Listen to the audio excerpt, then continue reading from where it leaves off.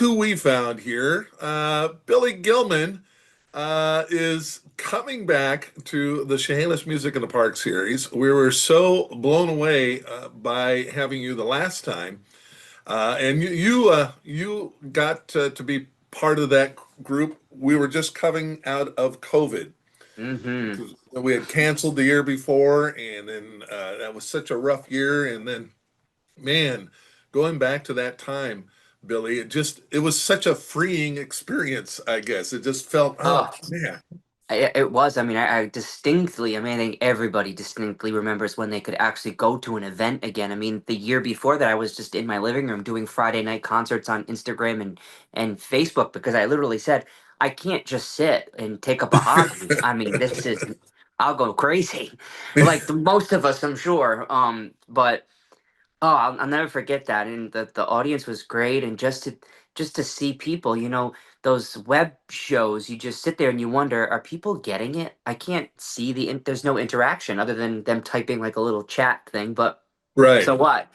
Um, but it worked. I mean, it was great. I still have people begging me 5 years later to do these web concerts again. I'm like, that was because I had to get it out of my system. I don't have to now. Now I'm working. But yeah, it'll be great to come back. It'll really will. And I don't have to wear a mask on the plane this time. That's true. And I think we had a little issue with your plane last time too. So hopefully, Right? I think you came in a little late that Uh, night, if I oh my remember god. right. I was just doing a show in Pennsylvania. Pennsylvania, either if I'm in my residence in Nashville or if I'm in my residence in Rhode Island, no matter what, Pennsylvania is 2 hours. Like it's very close. So Right. my plane was supposed to land at like I don't know 10:30, 11 o'clock. I didn't get in bed till 4:15 that morning because it was late. So fingers crossed it runs smoothly next week. Well, it didn't show in the performance. Oh That was no, for that's sure. it. If you love it, and it's what you are. Nothing affects you when you're on that stage. People are sitting there taking their own hard-earned time to sit there and pay attention. You give them the best show that you can give them, and it was a great time last time. I remember one part. I remember. I think, if I'm not mistaken, I turned. Everyone had their camera lights on. I Yeah. turned and was like recording it. I Yeah. remember that. Yep, yep. We still have that video clip Oh, do you? somewhere. That's Yeah. awesome. That's So awesome. so we still use that as well. In the meantime, you continue to be busy. Hmm. If folks, somehow don't know who you are, we Hmm. can jump back. Of course, you made, and it's coincides with this year. We feel pretty honored that you're on our list this year because it's been 25 years since Billy Gilman stormed the United States there with a massive hit, right? So go back to 2000 and your 11-year-old self and Oh my tell us God. what that summer was like for you. Well, it's funny because I've always worked. I mean, ever since I knew that, I can do something that my brother can't with this instrument here. My cousins can't do it. My friends can't do it. So I caught on very early. I mean, I was singing at 18 months old, so that's even before you even know what's going on, really. Um, I always worked, but I'll tell you, the year of 1999, I was really locally, Massachusetts, New Hampshire, Connecticut, Rhode Island, was really opening up for. We just broke through that door of getting seen by some very notable people. I mean, I was opening up for Marty Stewart, Susie Boggess, who is going to be on the same stage as me in the coming weeks after That, me. that's right. We have you Hey, first, and then Susie will be there as well. So that's yeah, great. Martina McBride, and then I did a big show in this theater that was closing down. Very, very prolific venue in my home state of Rhode Island called the Warwick Musical Theater. I mean, they had everyone from like 1950 to 1999 was their ending year. They had Alabama, Vince Gill, Reba, George Strait, Merle Haggard, Liza Minnelli, Bing Crosby. I mean, all like every everyone. big name you could think of in the world, they performed here for like a week. It was a really neat venue. It was amazing how Rhode Island could get that big of talent. And I was to open up for 45 minutes in front of Alabama. Well, Alabama's front runner, Randy, was going through some health problems with his heart, and I had to extend my performance for an hour. That's almost like a whole set, to be honest with you, Yeah, especially, yeah, yeah. So, with the connections that we had been making prior to that, we had gotten involved with Sony Music. They were interested; their ears were up, and my management little team at that time said, "If you are smart, you'll just fly up for the night and just catch this set and see what you think." And I had my record deal that night, and I signed the papers a week or two later, and then that's what started the whole journey. The following year, November of '99, I started to go down and meet the people that would eventually be working for me, and we started to pick out songs and whatnot, and got into the studio in January and February and March, and yeah, we released the first single, and I thought that was going to immediately flop because I did not like the song. Yeah. Um, just didn't get it, didn't like it, didn't understand it, and I said, you know what, I've got to trust them. They have an idea, and we're going to go with it. And I'm so happy I was wrong. um, and that's what changed my life forever. And I can't believe it's 25 years. Sometimes it feels like it's 5 years. Sometimes it feels like it was 6 months ago. Some of the memories come back so strong. It feels like it happened a year ago. And then sometimes you Are go, there my God, huh? other times does it feel like 50 years though? Sometimes it feels when it gets tough, it feels like it's 125 years. Let me tell you. I mean, because you take a look at, everything that everyone goes through personally and professionally and everything, you go, Yeah. 25 years doesn't seem that long that I did all that to get to this point, but at the same time, it went by so dang fast at the same time. And what's weird is, I was sitting around with some other musician, not too long ago, and we just got on the subject of they couldn't believe that I started that young because there are people like that, Leanne Rhymes, blah blah blah blah, but Right. there aren't that many, especially in country music, pop music. Yeah, they make the little boy bands and things, but in country music, it's really pretty rare. Other than Leanne, myself, Brenda Lee, I mean, there's not many. Yeah. Um, that started that young. I'm not saying 16, I'm saying 11, 12. You know Yeah. what I mean? Yeah. And I was sitting in one of the newer upcoming guys. I think it was Parker McCallum or someone like that. And he said, man, I started, kind of opening up for people and down on Broadway at 21, 22, and then I got my deal at 25. And then I instantly thought, man, if I started at 25, I'd be 50 years old. That's like almost retiring age, like a couple, 10, 12, 13 years after that, I'm Yeah. retiring. I still got a whole life left ahead Yeah. of me. It really is interesting when you think about the psychosis of a childhood career. Yeah, yeah, no question. A quick story on you opening for Alabama. Out here, we have what's called the Southwest Washington Fair that runs for a week in the third week of August or something like that. And they used to bring in fairly large, bands, and Okay. especially ones that were on the rise. So the former fair director told me the story when we started doing shows where we were bringing in national artists and things like that. He says, "Well, my experience was that we were going to bring in, one of these up and coming new country bands, and I had my choice of a band called The Shop that was based out of the Northwest, and they had a hit. I think they've had a couple of minor hits overall."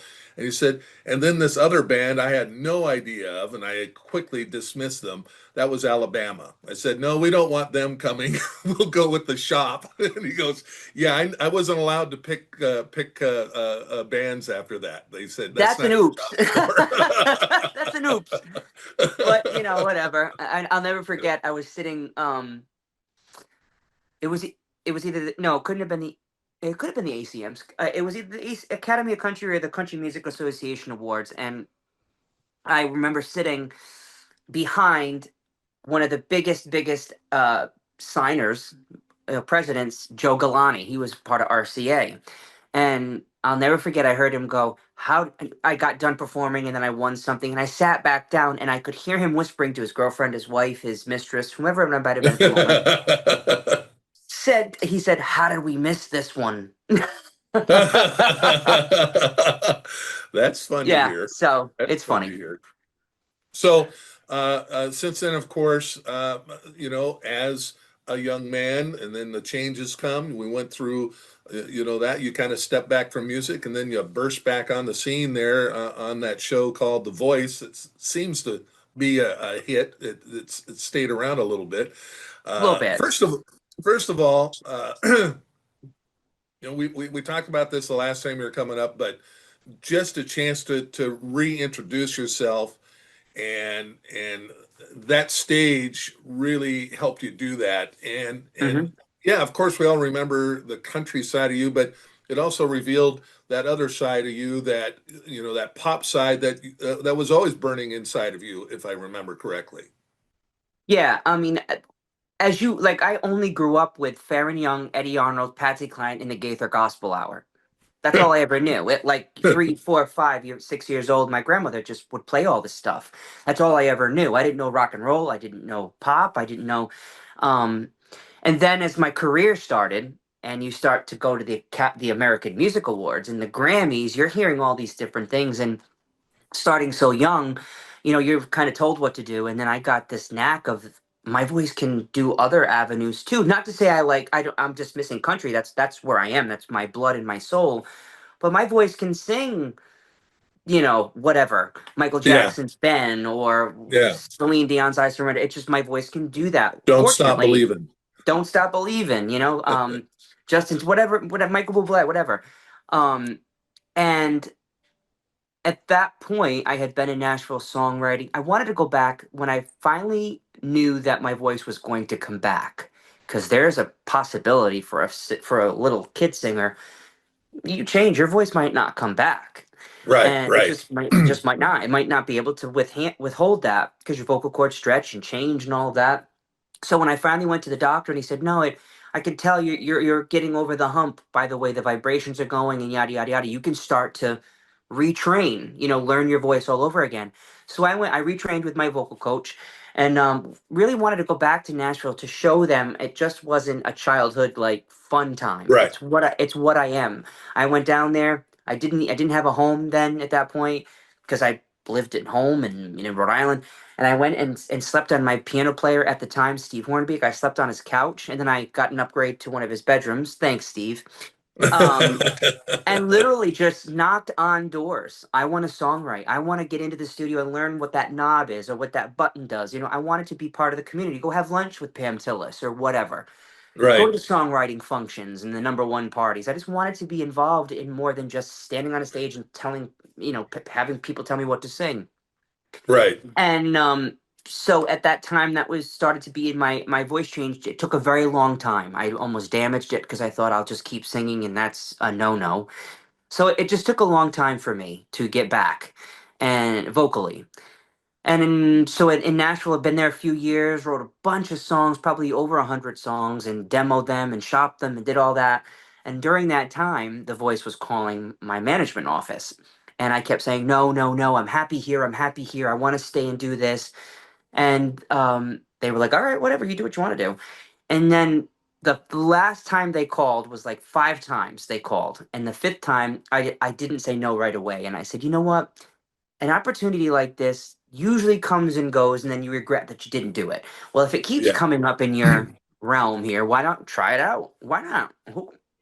And I was realizing at that time too that how I got signed in 99 2000 was completely a different world than how I would get signed in 2015, 16, 17. You have to have hundreds of thousands of people on this site. You have to have this many views. They don't do artist development anymore. That's a gone Right. thing. You come in almost like a star, and then they'll take Yeah. the time because it's just so fast. So I thought, you know what? If it's not meant for me right now to get a record deal, then let me jump on this show and see what happens. Let's see if America, because the one thing is the industry was tough on me. They weren't quite sure, but America and my fans and people of the public always got Billy Gilman. They always understood it. They felt it. So I said, let me just go in front of the people that know me best. And if anything, people will remember. And the people that don't remember, I want to make them love me too, because there's going to be millions of people that have no idea on the Adam Levine, Miley Cyrus, Alicia Keys side that have no idea who I am.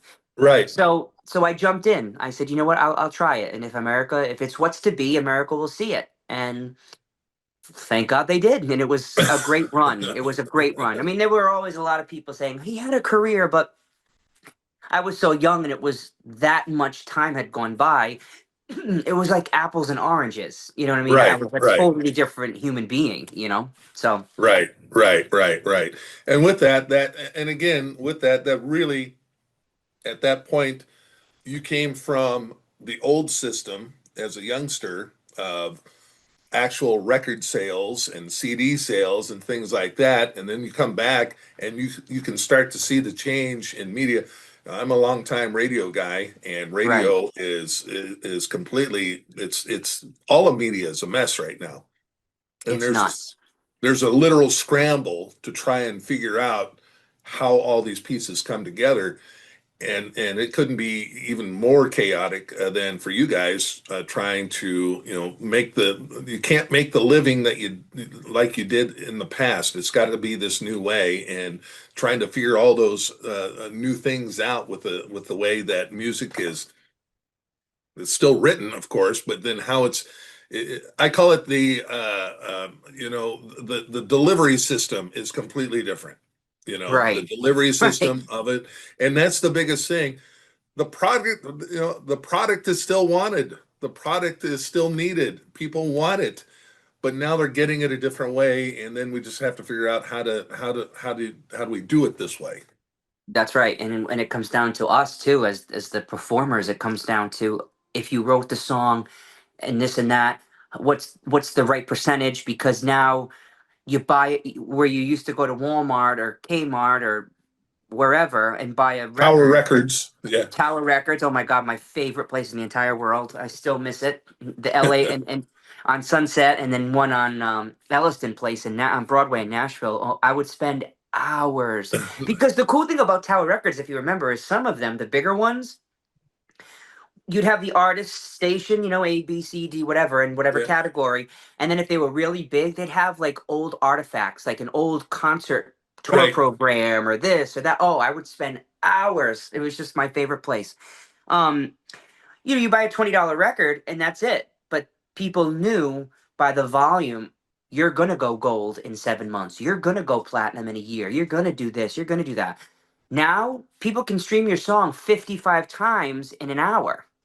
Yeah, It's a constant source of revenue, but because it's so big and massive, that one little stream is worth about that much. So what yeah. out of that much do you get? It's such a very, very, how should I put it? It's so, what's the word I want? It's so intricate now. It's Yeah, such an intricate little thing where you're paying Peter to rob Paul in a way. You know what I mean? Because you got to yeah. make it work in other ways. It is different, but hey, if your It, numbers it show, people still want to see you, and you just keep pushing forward. That's what we do as artists. You just got to keep the bill going forward. it really has also shifted, and you can tell by the number of older bands and musicians that are trying to get one more tour, Right. out before they retire or before they literally can't do it. And that so it's really pushing the artists to go. You've got to perform live now. That's no longer that's no longer uh, um, pushing your record sale. It's now the opposite. Is that Right. we got to get out there because that's now the major moneymaker for us. And that's how you promote your new songs and all that. So it's almost like it completely flipped. You know what I mean? Yeah. It's true. And luckily, oh my God, I would sit for on tours with people, and I've toured with so many people, and they couldn't stand performing live. Boy, I hate to have, I'd hate to be their mentality in this day and Yeah, age. Now knowing that they yeah. have to, I love it, but yeah, it's a Well, changed world. think about this: a band like Steely Dan, they did not like to perform live. They Really, were very much a student, and then the last 10 years they have been out. And I know one has passed away, but right? the form, Steely Dan is, I think, performed more live in the last 10 years than they ever did combined. Yeah, It's just one of those bands. They were musicians. I got to see Jeff Lynne and ELO on their final tour here this last fall. We saw them down in Portland, and we had to see them one more time, so we flew down to Sacramento a couple of weeks or a month later or so. Oh It was wow. fourth to last show, and he's 76 and he doesn't move like he does, but he still sounds great. And Hey. the whole thing was good. But he goes, it's the end, you know. But he's such an introvert. He's he's not you, Billy, because in between songs, he would go, and here's another one, and go right into it. I mean, that was about as much as you got out of him. Oh And wow. he'll give Wow. you the thumbs up, a lot of thumbs up. He goes, I want to introduce my band director who will introduce everyone else. And it was like Oh. 10 words and that's it. And he just stood there, thumbs up. And Oh that my was the whole gosh. thing. But the guy That's you funny. read about him, he's I mean, like produced the last and wrote most of Tom Petty's last two albums. His influences with the Beatles loved him, and so these geniuses that this isn't their comfort zone, but now Right. they kind of have to do that, you know. And Their labyrinth is in the studio behind yeah, closed doors. Yeah, totally get yeah, that. exactly. Now I did come across, you know, you're still releasing new material, right? Mm-hmm. That's correct. Yeah. So during the time of The Voice and just having fun, and the audiences were getting it and loving the different things that it almost was like I heard on one little thing, a reporter, I was doing an interview for The Voice, and a reporter said to me, there are so many chat rooms about you. It's almost like a guessing game because you change the genre every week so vastly. It's like, what's Gilman going to do next? And I love that because that's exactly what if a song speaks to me at all, I'll probably end up doing it in a show because I want to try Yeah, my take on a song. So yeah, week after week, if Martina McBride's song spoke to me, probably going to do that one. If Bye Bye Love by the Everly Brothers touched me that night, probably going to do that. It's whatever was organically touching me at that time to transcend to the TV. You can't fake it. yeah, People, the American people and abroad are so smart if they know they're getting the wool pull over their eyes by some person yeah, that just wants to, you know what I mean? All that is very, very important to me is a message to help someone. That's what I try to find with every song I can sing. So after that, I had this love of mine. Touring had pumped up, and I've been working ever since. Great resurgence, and there was one thing that I really wanted to do that I just kept getting no, no, no about, and that was releasing a bluegrass record. Now, people thought yeah, I was crazy. They thought I was nuts. They're like, "What are you doing?" I'm like, "It's just speaking to me. I've been wanting to do this kind of a project for 17 years. Like 2006, 7 area, I wanted to start a bluegrass record. I just think I saw country changing. It was becoming a lot more with the rap intervals in them, and yeah, and and yeah, I and I thought, hey, bluegrass is a way to go back to what I grew up with, like singing like Vince Gill and Pam Tillis and all. That's kind of what bluegrass is now as far as where country has gone to. So I always right. had it in my head I wanted to do a song with great lyrics and the voicing and the singing and storytelling. So finally 2 years ago, about, I got the green light. Let's try it. Let's do some demos and let's get this out of your system. Thinking I was like nuts, right? So we did Right. two demo songs and they ended up being pretty good. And the people around me were like, "Oh, we had actually no idea." So behind my back, they were already shopping it to a couple of labels in Nashville, and before the record was even done, we had two record deals on the table. Which one do we want? And which was really, really neat because I hadn't had a record deal in 16, 17, about that time, 16 years. And to not even have a record done and there was an offer was really, really touching to me. So yeah, we've been releasing singles, single by single. The record comes out later this year, and every single has hit the top 10 of the charts and one went to number 2. So every song has done very, very well, and just exceeded all my expectations about how the audiences would receive it. And of course, I'll do some next week. And I just released a new song about a month ago called Waylon, which is about the amazing effects of dog love, of what they can get you through in life. Yeah. um, so one of those that I can't. So which one went to number two? So that one, funny enough, we were writing new material for the record, and I was going through some files in my storage unit. I have a whole thing, and I was going through songs, and I wrote one 10 years before this record came out, before the song came out. I wrote this song Right. 10 years ago, and I demoed and mixed it 4 times, 4 completely different ways, and I just couldn't get, it couldn't find its home. It just couldn't get there. So I just shelved it. And I'm like, whatever. But I wrote it because I always wanted a kind of a murder mystery song like Thunder Rolls. Yeah, yeah. And I just wanted something of my own like that. And so we wrote this song about a supposed murder on a steamboat in like the 1920s. And the steamboat Okay. was called the Delta Queen. Okay. Okay. So finally I said, let's try it bluegrass. And the musicians who've played with Billy Strings and Alison Krauss and Ricky Skaggs, they all stopped after we recorded that song and they went, "Oh my God." I mean, they played their faces off on it and it came to life. It found its home. And we released it, and within 2 weeks, it was at number two. Sirius was spinning the heck out of it, and I just thought, wow, I've always liked the song, and I'm just so happy Yeah. that it's finally found its home. But yeah, that song's called Delta Queen. I'll do that I, one next week. I haven't found that one. I did, and again, for folks that don't know this, first of all, I had a connection problem here, so we started this interview a couple of minutes late. But we haven't talked at all prior to this interview.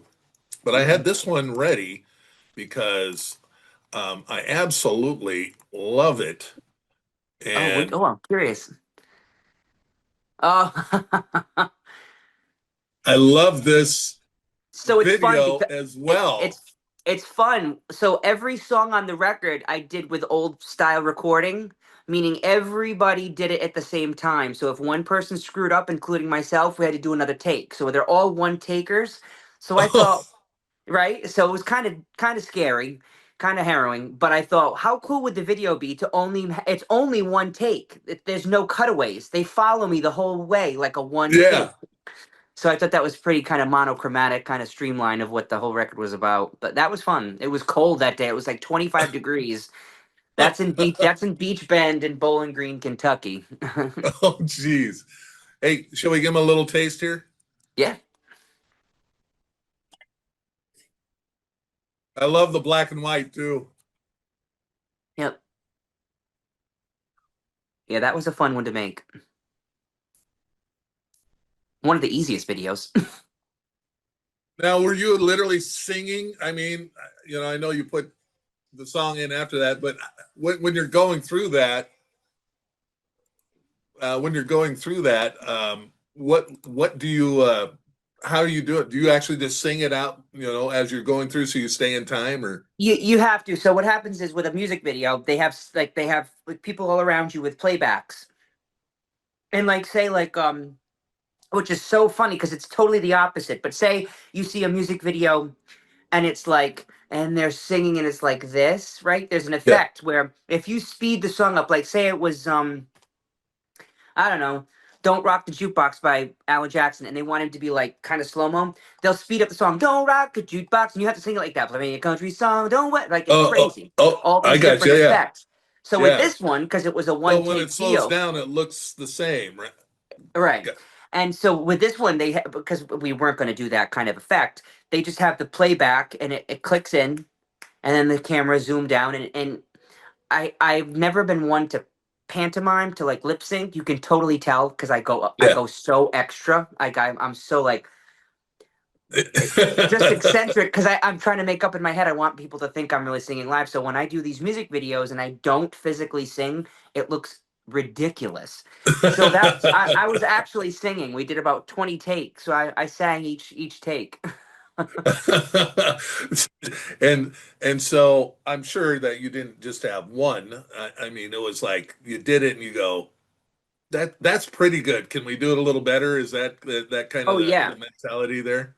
It was, and but because there was no cutaways, like say in a normal music video, you don't have the camera follow you through the entire song. You'll have them cut to your back of your head, or they'll cut to a tree line, or there's cuts, which Right. it makes it easier if you've done like 11 takes to say, okay, I like the first verse of take one, and I love how his face looked in take six. You can cut away, but because Right. everything about this project was one takes only, the songs were one take. So if if take five was the best, but we someone gulped or did a bad chord, we have to stop and take seven's a new take. We couldn't cut to another one. I thought, why not make the music video like that for continuity? So that whole take was, I think, take eight. I might have liked, take three better in one spot, but the majority of take 11 was the one we went with because I didn't want any cutaways to make it like the record. Only one take. You never see it cut away. It just follows me the whole 4 minutes. So a little That difficult, was but it's on one of my playlists now, I so love that. I have that regularly. Of course, with your other one, and one last thing here. I know we're already, and I knew we would run long, so I appreciate your We're good. time. Oh my God. Uh, Can't wait to be with y'all in Payless. Can't wait to see you guys again. the one voice, but and I apologize because I should know the name, but when you did that with the a cappella group, Hmm. who's that was a fabulous version of that song. That was incredible. Thanks. That was I can't believe that was the 20th anniversary. So what happened was, funny enough, this was during COVID. Right, This was right around the time I came up to see you guys. Um, I wanted to release it, but it was such a weird time. The musicians were saying no, we'd rather stay home. Like it was so many like people were paranoid about the virus and everything. So I couldn't get my real 20th anniversary push for it that I wanted to. And right, I thought, what am I going to do? What am I going to do? Coincidentally, Home Free had reached out to my team, not knowing it was the 20th anniversary. They just wanted to sing one voice with me because they grew up listening to that song and loved it. I thought, oh my gosh, talk about if it's meant to be, it's meant to be. It just right, flopped right on my lap. And I thought, how awesome is this? If someone remembers the old version, they can't compare it to the new one because it's completely different. It's a cappella. You can't compare it. right, And right, they did such a great job, and they actually let me produce and co-direct the video for it because I thought, how neat would it be to have little little bloops of the old version, like when the kid in the original video had the gun wrapped in white cloth, have this right, kid have the gun, have him throw it off the river and have it splash three times like the old video. So they really did little, Easter eggs and let me plant some yeah, things for people that may remember the old video. Go, oh my gosh, I remember that part. They just upgraded it. You know what I mean? So right. I was very proud of that, and we won four Telly Music Awards for that specific performance. So I was very flattered that people remembered it, and then the people that had never heard it before really it touched them, and the emails I still get and the message things I still receive about how that moment touched them during some of the darkest times in our country and the Right. world.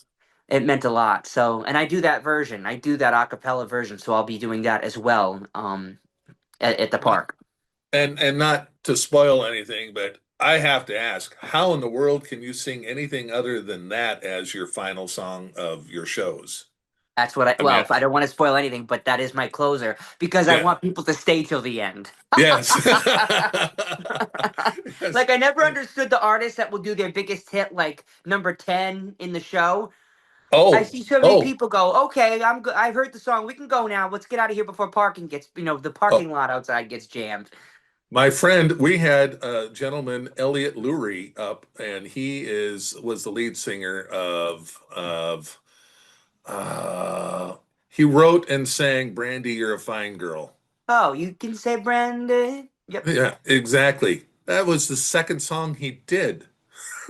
He had one other minor hit, and God, the name of the band, Looking Glass is what it was. It was Looking Glass, and Elliot is a fabulous guy. And by the way, during COVID, he also connected with an a cappella group, and they did Brandy Oh wow. via Zoom. And so, yours and his, I'm going, wow, this is amazing. And that was amazing sounding as well. But yeah, he goes, I know everyone wants to hear the song, so I just want to do it and make sure they can hear it. I go, you could probably sing that only, and they'd stay for an hour and a half to hear you sing it, Oh yeah. 20 Oh times. yeah. or something like that. So I always keep one voice till the end because I want people to stay and go. Is he gonna do it? Come on, is he not gonna yeah, do it? What's up? absolutely. Uh, what last question here? What can folks expect musically? Is it going to be all country, or are you going to mix in some fun stuff as well that you like to do? It is a complete variety. I do basically it's a lot of storytelling. You're gonna walk away feeling something. I hope. Sincerely hope because that is my motive with every show I do acoustically, whatever variation of a show I do. I always try and have people forget about their troubles for the hour and a half, forget about everything, soak up some stories. There's some cover songs that I grew up singing, 90s country. There's some of my stuff on from The Voice, which is a little bit poppier, songs that the younger generation might know. There's my stuff. I've added quite a few songs from my very first record. Had my band go in and re-record some new tracks so I could sing some of the old songs that people may remember. So it literally is a collection of great storytelling songs that have touched my life through these 25 years. Well, we can't wait to see you, and can't wait for you to get out here. Likewise. Thanks for jumping on, and we will see you. What? It's the night, so we'll see you in 9 days. Can't wait, Paul. It's going to be a blast. All right, Billy Gilman, everyone. He's going to be out here soon. Come see Music me. in the Come Park. see us. Absolutely. July 18th, Friday. By the way, it's free. Bring your own chair, blanket, whatever. It's a beautiful little park. It's just a small town in a nice warm summer night, and Billy's going to put on a heck of a show. Our friend and technical director Randy Linder, who does has done a tribute to CCR for about Oh, 70 wow. years now. It seems like he's going to open. He's going to open for you, and Funny enough, he's that's got how I some feel fun. how long my career is. All right, man. I appreciate it. Thanks, Billy. Thanks, Paul.